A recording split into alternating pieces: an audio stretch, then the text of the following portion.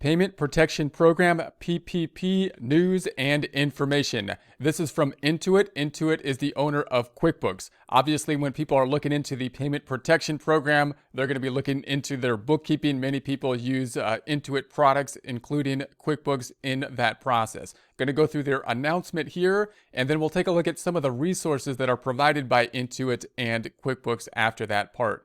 On Sunday, we shared our plan to launch an application prep process for the Paycheck Protection Program, followed by a loan application submission and funding capabilities. Instead of launching the application prep process first and then the application submission process, our goal is to launch both a loan application and funding process for the Paycheck Protection Program at the same time. As previously shared, it will first be available to a subset of our QuickBooks Online payroll customers. We'll be actively working to support additional QuickBooks and Intuit Online payroll customers.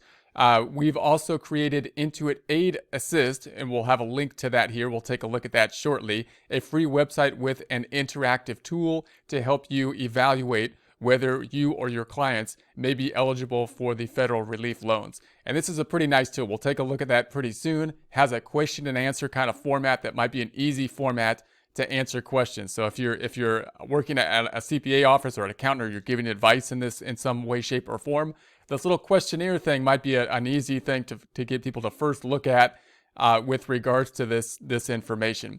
So get the latest updates and so on and so forth. So let's go to this actual tool.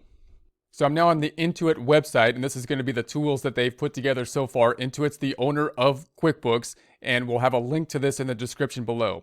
Simplify your search for small business relief and funding by answering a few quick questions. The U.S. government set aside billions of dollars in COVID-19 relief for small businesses, freelancers, and gig workers. Intuit Aid Assist, a free service for all, connects you to the programs you may be eligible for and where to apply for those funds. So number one, hire back your employees and keep operating with a forgivable loan through the Paycheck Protection Program. And remember, that's going to be the main goal. The Paycheck Protection Program is geared towards keeping employment. So when you want forgiveness of the debt, you're hoping to get the money. Forgiveness of the debt, it's going to be tied to the employees. So just keep that in mind as you look into it. Number two, get upfront grant and emergency funding through the Small Business Administration with an economic injury disaster loan, the EIDL. And this is not so tied to the employment, but just to a downturn possibility, and therefore you might, in that situation, look into that. Now, I'm going to go to the check eligibility shortly, but let's just scroll through the rest of this page before we go to that. Economic injury disaster loan, Paycheck Protection Program, more programs coming. So get started with 10 questions or less.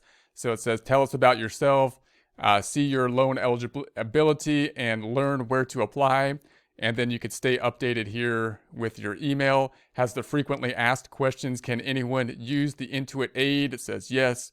What does it cost to use the Intuit Aid? It's free. Why did Intuit make this tool? Small businesses are hurting. We want to help. Okay, what new features are coming? We are working on an estimator to help you calculate the portion of the loan is forgivable. Sign up for email alerts, and we will notify you as soon as more features become available. What else is Intuit doing to help during this unprecedented time? We teamed up with GoFundMe to provide relief. Intuit is working as hard as possible to develop more programs to respond to the COVID-19. Where can I go to ask more questions? You can go to QuickBooks has a large community, and you can go there. Okay, simplify your search for small business relief. All right, I'm going to go back up top, and I think it's the same blue button, but I'm going to hit this blue button that says check your eligibility.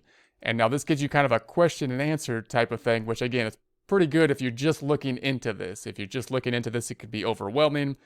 This little questionnaire can kind of get you on the right track. So it might be good, again, for clients if you're advising in some way, or if you're looking into this for yourself. Have you already applied for the Payment Protection Program, the PPP and or Economic Injury Disaster Loan EIDL programs? Businesses can't receive loans from the same program twice in the same period and to cover the same costs. You can accept both an EIDL and PPP loan as long as the purpose of each loan and the costs that it covers are different.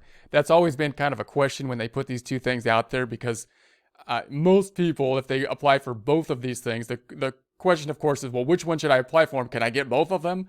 And usually they're for the same thing, and therefore they're saying that you can't apply for both if they're for the same thing. But that overlap has been a little bit point of confusion. So just, you keep that in mind. Refer to the frequently asked questions for more details. So they got the link here that you can go to for more details. Then your questions below. I have not applied for either program. I have applied for the Paycheck Protection Program. I have applied for the Economic Injury Disaster Loan, or I have applied for both the PPP and EIDL. Now, many people might be in this situation. I have applied for the Economic Injury Disaster Loan because that happened first. And that doesn't necessarily stop you from then applying for the PPP, but the two might be combined in some way. You might not get the max benefit from both of them, or so most people are probably in this situation have already applied for the EIDL, but not the PPP, or in this situation, I have not applied for either program. I'm going to select the first one here for our little walkthrough. Was your business in operation on these dates? It's okay, you closed your business to customers due to government mandate shutdowns, or if you had no sales. As long as you did not permanently close your business, then the business is considered to be in operation. So when you're thinking about this, obviously the PPP loan is there to keep businesses in operation and keep employment in operation. So if your business is closed down, then that's fine, because you might have been forced to close down. But the goal here of the loan is to say that you're going to continue business. And when you go into the forgiveness portion of a loan, are you going to forgive the loan with regards to the PPP loan at least? Then the expectation is that the business is still going. It's a going concern type of business.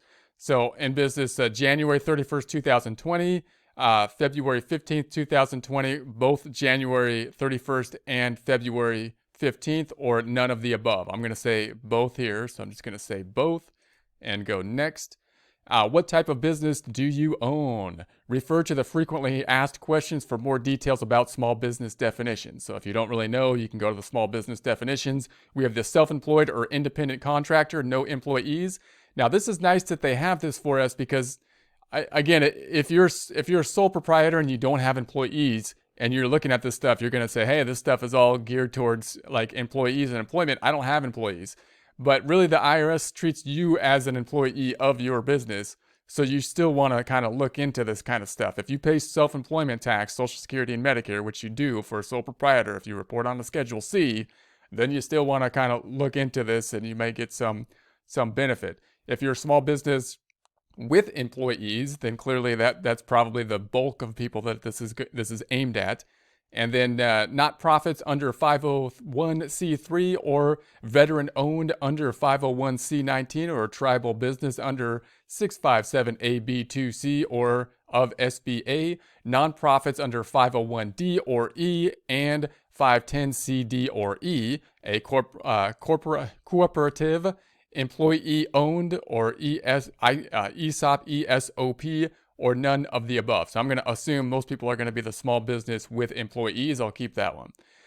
Going to say next, are you in the accommodations and or food services business? PPP eligibility rules are relaxed for businesses with NAICS codes starting with 72. These include, but are not limited to, businesses that are restaurants, bar, hotels, caterers, bed and breakfast, etc. Now, why? Because they're probably the hardest hit with this going on. So you might have, if you're running into problems such as the number of employee limitation, 500 being under that, being qualified as a small business, then you may have some more leniency given the fact that you're in those type of industries, and those types of industries are probably the most hurt at this point. I'm going to say no, however, for our application process, and say next. Are you a franchise operations or receiving Small Business Investment Act Section 301 financial aid? Both may apply. Franchise operations include single franchise locations, multi-locations, franchise operations. Sections 301 aid means you're getting funding from a small business investment company. So you have more frequently asked questions related to that if you have questions about that. With franchises, it's a little bit confusing because when you start thinking about the terms of what is a small business, am I a small business? Am I a separate entity when I have a franchise and I'm kind of connected in terms of a franchise? And I would say generally you are, right? Generally you're not, you don't have to count yourself as a part of the the large franchise, but again, that complicates things, of course. So if you're in the system where you have a franchise, you want to basically look at those question and answers and get more information there. So yes, my business is a franchise and or receiving financial aid, or no, I'm going to say no here and say next. Does your business employ 500 employees or less? So that's kind of the cutoff line, 500 or less for this PPP thing. However, there is grayness in that area, which we talked about before, where different types of definitions as to whether you're a small business or not may or may not allow you in some certain cases to go to that 500 or over. So if you're on the border of the 500, then you want to look into that in more detail and see if there's any kind of if you could still apply. So there are details that you can look into. So number of employees include full-time, part-time, or other bases who worked in your business before January 31st, 2020 for the EIDL or February 15th for the PPP. Your total employees include those employed in any affiliated businesses. So any affiliated businesses, again, that's been a point of contention. That's a point of confusion a little bit, of course, because if you have a parent subsidiary relationships, if you own another business in essence, one business owns another businesses and they're related, well, then when you get into the account of how many employees are there and what's the calculation of the payroll and this and that, it gets a little bit more complicated. So you want to look into those affiliation rules. But I'm going to say, yes, I have 500 employees or less. That's the key. I got less. That's going to be the majority of people. That would be the straight line or easy scenario. So your eligible status, you may be eligible for the Economic Injury Disaster Loan, the EIDL, under the SBA and the Paycheck Protection Program. So we're eligible for both of them. Again, it doesn't mean you necessarily want to apply for both of them, because if they're for the same purpose, there's some overlap there. So just be aware of that. Now, I've talked a lot about this before. Typically, the Payment Protection Program can provide more loan coverage that could be relieved. And if it's relieved, then it's basically free money, right? But there's kind of more strings attached to it. In that case, the Economic Injury Disaster Loan may give you up to a certain amount, $10,000, that you don't have to give back. Basically, that's the advance, they call it. And then after that, then it would be basically a loan that you would have to pay back, which has fairly good terms. So I would think that, again, if you have payroll that's significant, and you're an ongoing business, most people probably are looking for the Paycheck Protection Program, I would think. So it says here, you may be eligible for the Paycheck Protection Program and the Economic Injury Disaster Loan. All right, so what if we go to the Paycheck Protection Program? It says, this program gives small businesses access to short-term cash flow assistance aimed to help deal with the immediate impact. And then it has find a lender here.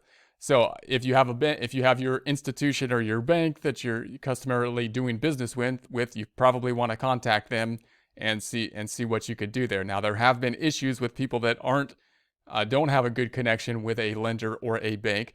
The IRS is obviously trying to get this money out there to make this loan process work, and they've been looking into ways to get more people linked up with the proper institution.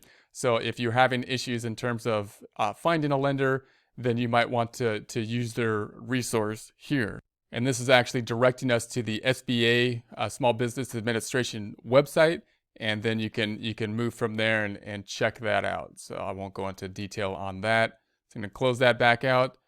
Qualified 10 million. So apply by January 30th, 2020. It's a first come, first serve program, so that there is a time limit that you want to get in there. You don't want to, don't go crazy on it. I don't get too excited, but go in there. You do want to be persistent. Go in there with all the information and get in there as soon as you can, and then be persistent and follow up with it. Max loan 2.5 of your average monthly payroll expenses.